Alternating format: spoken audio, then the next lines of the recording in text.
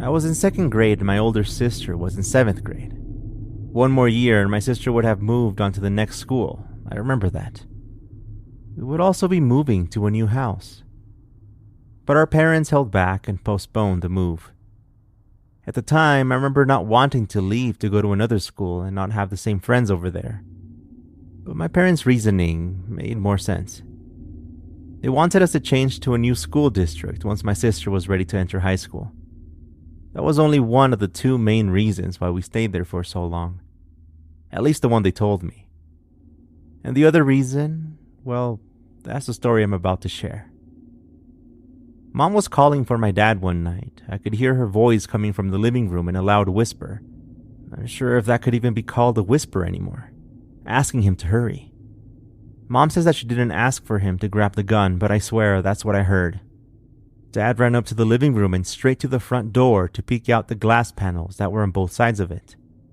Mom took a few steps back until her hands met the wall behind her and she clenched her own hands, almost as if she was praying.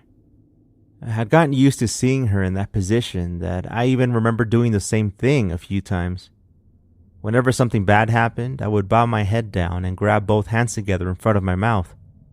I wasn't sure if it did anything, but it made me feel better at times. I bumped into the table that Mom had in the hallway, and I startled her.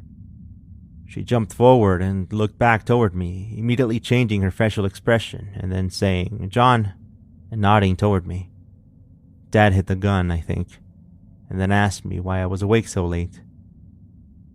Sleeping problems were common for me, and they made me miss days and days from school because I could not concentrate in my classes and had headaches. There were many meetings with teachers and doctors for a while, and when I get asked about it even now, I just tell people that the times were confusing for me. There were lots of things that I don't remember about being 6 and 7 years old. Mom had sleeping problems too, and just like that night, she would spend the evening staring out the window. Dad was a little different. I mean, he stopped wanting to go out and play with me and stopped taking us to the movies and things like that. But he still seemed like himself. Things changed after my sister went to her trip for school, and everything was so sudden, so she wasn't around to talk with about how strange her parents were acting now. But I was sure she would make things better just by being there. "She will be back soon," Mom would say. But then she would stay quiet. I remember telling myself to not ask Mom about her anymore. Mom and Dad used to argue about it also, about my sister coming back. But why had they let her go on such a long trip anyway? I remember thinking. Mom grabbed my hand and led me back to the room, telling me that things were all right and to simply go back to sleep. But I couldn't go back to sleep. Not even with that medicine that they used to make me take. It would give me nightmares. I used to tell both Mom and Dad. Still, they said that Dr. Gomez knew what he was doing and that I should just take it, just this last time. But I knew full well what the medicine did. It tasted like rotten pineapples, and it would tire me out, and it would give me the worst nightmares that still haunt me to this day. There was one recurring dream that I still remember that I might have about once a year even now. I'm standing in a dark room with lots of hanging drapes around me. I can't see them, but I feel their scratchy textures all around me. My sister's voice appears from part of the darkness. She tells me to be quiet, shushing me with the faintest voice you can imagine. I had to stop breathing simply to hear her. There were footsteps all around us, but I don't know where the door is in this room in order to escape. I feel my sister's hand on my knee. "Be quiet," she says. That's when I realize over and over in my dreams that she is actually sitting right next to me. And every time it catches me off guard. Things hitting the floor, men speaking outside, glass breaking. I hear everything more and more clearly now. The voices outside argue. They talk and then they come to an agreement of sorts. They used to come to my mind as aliens or ghosts that flew all around us like some sort of winged creatures, like the ones on the covers of the books in the library. The ones that they wouldn't let me check out on my own.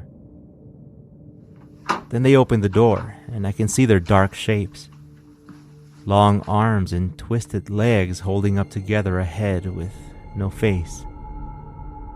The entire section of the area blending in with the nose and eyes and eyebrows, a mush of hair and wrinkled skin, a swollen chin area. It turns around as the hair of the darkest shade fills the thing's identity. I scream as I feel my sister's hand reach out toward my face to cover my mouth. That's when another shape crawls up next to the first one. Same faceless head. The place where the eyes should be, showing only scarred skin, burned or sewn together, coming closer to me. Its long arms stretch out toward us. We feel the cold grip around our arms and shoulders, and my sister gets dragged out of the room. I used to wake up cold and wet from the chest, gasping for air, trying desperately to sit up on my bed, and praying that my eyes adjust quickly to the dim lights of the room. The tiny seashell nightlight Mom plugged into our room seemed to be helping. I looked over to the empty bed next to me, and it never helped me to think that my sister was still not back and sharing the room with me. There was no use in explaining it to my parents or the grown-ups from our meetings that asked me questions and would let me play with a collection of desk toys that they had. What do you dream about? Come on, tell us. Mom would begin acting strange and stop talking to me if I ever brought up that my sister was in my dreams. I used to think that she missed her a lot, obviously, and that Dad somehow convinced her that my sister going away on her school trip was the best option. That Mom didn't like the idea. That's why he seemed okay most of the time, while Mom was just with the off switch as soon as anything reminded her of my sister. One time, to comfort her, I asked her why we just didn't call her on the phone. But I just made things worse. But anyway, Mom took out a spoon and begged me to take the rotten pineapple liquid from the medicine bottle, and soon, I started feeling my arms and legs tingle. I closed my eyes and I was gone. The dark silhouettes approached me, their haunting empty faces coming closer as their grip tightened around my left shoulder. Then, there's the sight of those headlights. Thank goodness for the headlights. Part of me knew in that dream that those headlights meant the end of it. The silhouettes release their grip and they hurry off into the darkness, like rats. I wake up once more, my heart beating against my neck. I'm afraid to open my eyes and get out from under the covers this time. I'm not sure if that was the last nightmare I had of the Faceless, but I know it was around the time when things really started to change for me. I know Mom was against it, but both Dad and Dr. Gomez convinced her that it was the right choice. And that afternoon at the medical center, they told me that my sister was not coming back. Detectives and investigators used to knock on the door. Of course, I used to think that they were simply Dad's friends visiting, but they always had yellow envelopes with them. They always sat around the kitchen table to speak with my parents, and Mom would always cry. As I grew older, things started becoming obvious. At family gatherings, people would look at me and avoid talking about my sister. Soon, my cousins mentioned that my sister wouldn't take long and that they would find her. Mom, despite her best efforts to keep it together, could not grasp the idea of moving out of that house, in case my sister ever came back. She kept her bed made, her things just where she had left them. And it took even longer for me to start piecing everything together. I remembered my sister begging my parents to let us stay and finish watching the movie while they went to the store. The same night when we heard a knock on the window and ran to hide in the walk-in closet. The robbers breaking into our house. The way they were about to leave until I screamed. The way my sister kicked and yelled as they pulled her away and ran out the kitchen door. The sounds of the car speeding away. I started remembering the questions I asked and the questions the grown-ups asked me. Where? How? What was she wearing? What did they look like? Please, try harder. What did they look like? Does this drawing match their eyebrows? Come on, honey, you can do it. What about beards or mustaches? But my mind blended everything together. To me, they were only shadows. To me, they never said normal words. To me, they were faceless.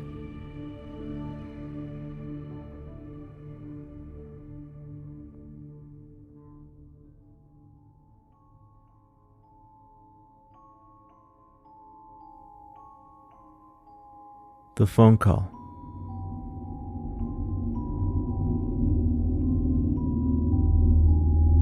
I was staring out the window, thinking about the call I had just had with my dad. He had been feeling sick for a couple days, and even though he was getting better, I was still worried. It is just typical stomach problems, Mom told me. She reminded me of how much Dad loved to eat and that it was catching up to him. This time it had been those spicy wings from the restaurant that opened up in the corner. He had them for 3 nights straight, Mom said. That sounded alright, or at least was trying to, but still the call stayed on my mind. That's just how I am, I think. I don't know where I get it from. Neither Dad nor Mom worry about everything like I do, but I tend to overthink things. My phone rang once more and it made me jump out of my bed. I looked at the screen. Maribel. My best friend from college and the only person who understands how I am. So she tends to be a relaxing person to hang out with. Hey weirdo, what you doing? She asked. I told her I was just lounging around the house, but she couldn't wait for me to finish telling her so that she could tell me what she wanted to say. So I simply stopped telling her about my worries and how anxious I was feeling, and waited for her to speak. Are you done? She asked. I could imagine that smile she always gave me. Yes, what? I asked. Marcy and her sister are meeting up with us at 10 tonight at Spire's Bar. Want me to pick you up? I hadn't been to that bar in so long, and it was nice to see Marcy and her sister. They were funny and always had stories to share. I wanted to go this time, I told Maribel. I really did. But I had to work that night. Well, when are you out? She asked me. I was out right at 10 p.m. that night. One of my co-workers, an annoying girl that nobody liked, had called out that night, and I was asked by my manager to take over her 4-hour shift. After mixing up my words and not finding a proper excuse to say no, I ended up agreeing to go. My manager said thanks and hung up. For a Friday night, I guess it wasn't that bad. But still, my mind started racing with how that shift would be. Serving people on a Friday night was a new thing for me, and I was always a little nervous about driving at night. My eye doctor had given me glasses for night driving and another pair for day driving. I think I was a good customer of places like that because I always needed things, always expressing some type of fear or complaint about something. Unsurprisingly, they always had a solution for me, and the solutions were always on sale or offered at a discounted price. I know they were just words to get me to buy, but still, I bought them. That evening, I got in the car, and knowing that the sun would be setting soon, I made sure to set the day glasses and my night glasses next to each other on the little compartment hole under the car stereo. I looked behind me. Some cars were too close to me. Something felt off that night, and it probably wasn't that. So I was just trying to find out what it was, but at the same time, I knew that I was becoming even more paranoid. Someone was watching me, or was I about to be late? I checked my watch. Nope, I was early. I found a parking spot close to the restaurant where I worked, and I felt uneasy taking a potential customer's parking spot so close to the front door. I started the car ready to move a little farther away, but I ended up changing my mind and stayed there. The shift went alright. It was the usual boring stuff of serving food, taking money, and faking smiles. I walked up to my old car with the faded blue paint and noticed I had left the driver's side door unlocked. I knew something was up. I should have checked that. Triple checked it. Something always goes wrong. When I got to the bar and found my friends, things changed though. They waved at me and had even ordered my usual, the glass sitting ready for me on the table next to Maribel. We laughed, danced in our chairs, and even sang some of our favorite songs out loud. We ordered way too many appetizers and made friends with a couple of people on the table next to us. Something always goes wrong. When I got back from the restroom, I noticed that my cell phone wasn't in my jacket pocket. I searched my purse, my other pockets, and it simply wasn't there. Great, I thought to myself. I must have left it at work. What's wrong? Maribel asked me. You alright? I asked her for her cell phone to call mine just in case someone at work answered, but it stopped ringing after a little bit. I tried to listen closely, but the bar was just too noisy. I told Maribel I was going to step outside for a minute, her cell phone in my hand, when it started ringing. Sandra's cell. That's me. I stared at it for a few seconds before I tapped the green phone icon. I held it up to my ear. A deep, raspy laughter met me on the other end. Hello? I asked. No reply. Then they hung up. I called again, but there was no answer. That was it. A perfect night had been ruined. I didn't get along that well with the workers from the night shift, so they wouldn't have a reason to play a joke on me. Someone had found my phone, and now I was going to have to get a new one. I told Maribel and the others about it when I got back, and they tried to cheer me up, but it had been enough for the night. I was going home. They tried to convince me not to go, but there was no way I was going to risk ruining the mood even more by staying there, so we said our goodbyes, I paid my bill, and stepped outside to the parking lot. I rushed to the car. I had locked it this time. Yep, I had. I got in and shut the door. But then my body went cold. Right in the middle of the seats, the compartment under the car stereo, was my cell phone.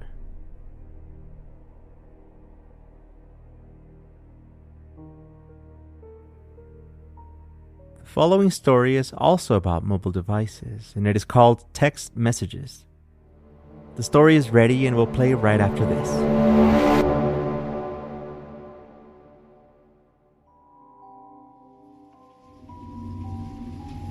It was raining, and I hated that bus stop more than ever. Two of my friends had already gotten on the bus that came right before mine, but this time, mine was taking longer than usual.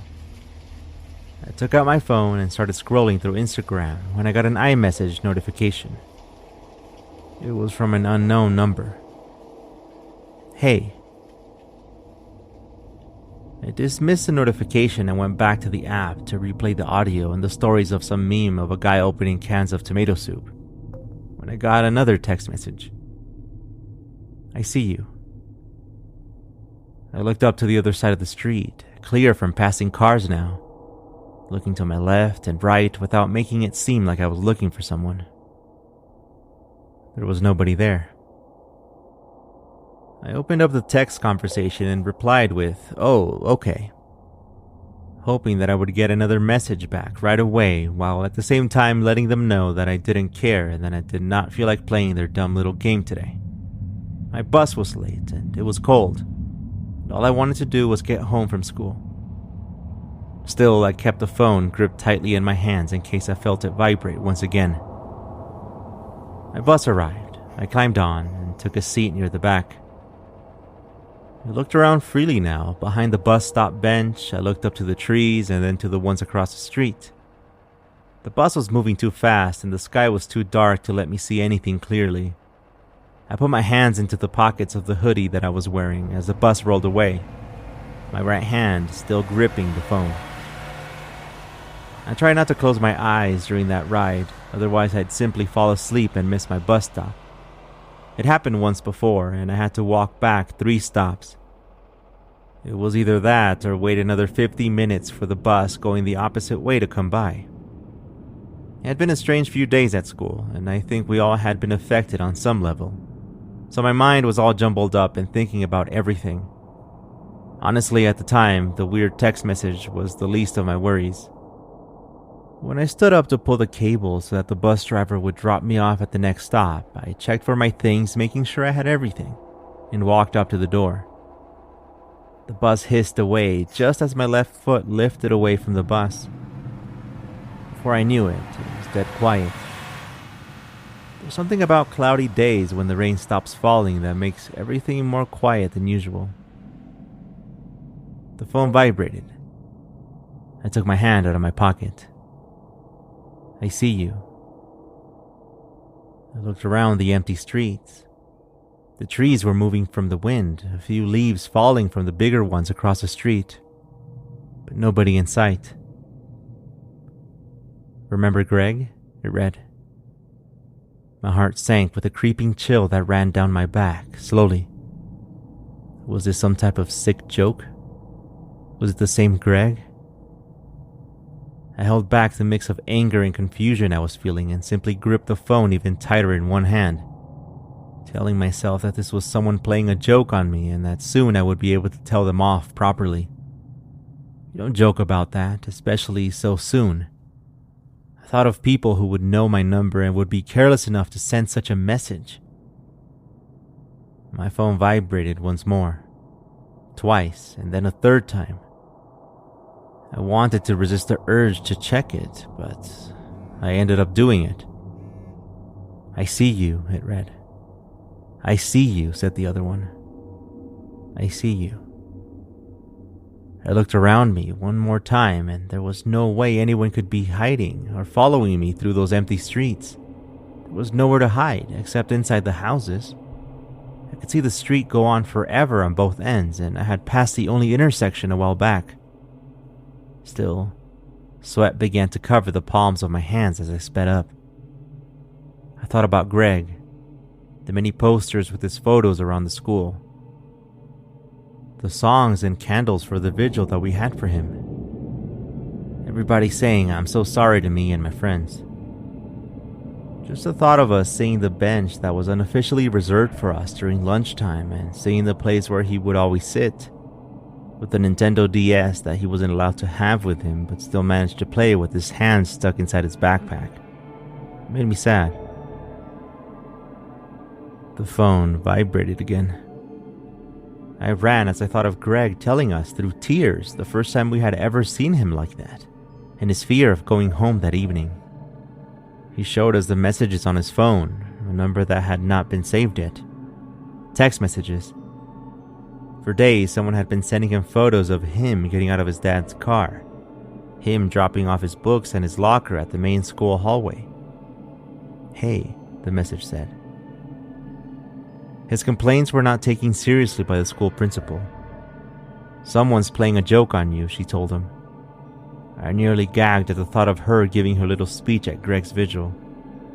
That they protect their students, yeah, right. My house was just up ahead when I felt the phone vibrate once more.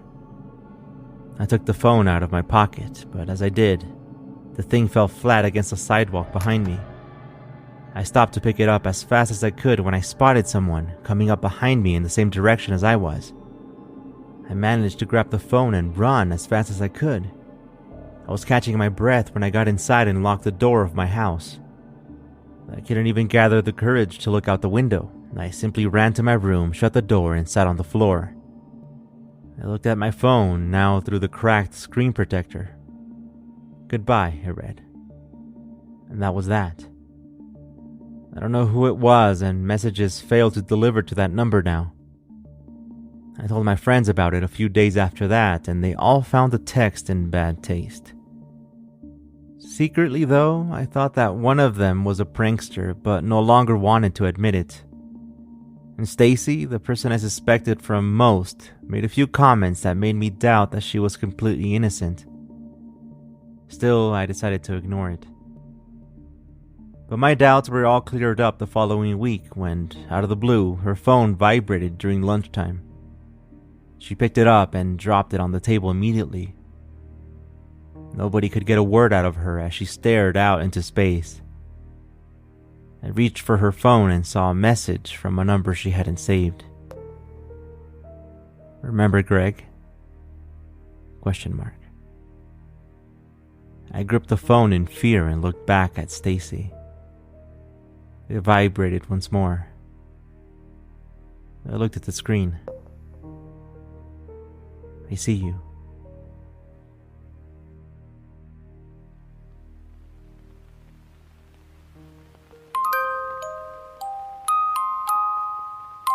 Scary Story Podcast is written and produced by me, EDWIN Covarrubias.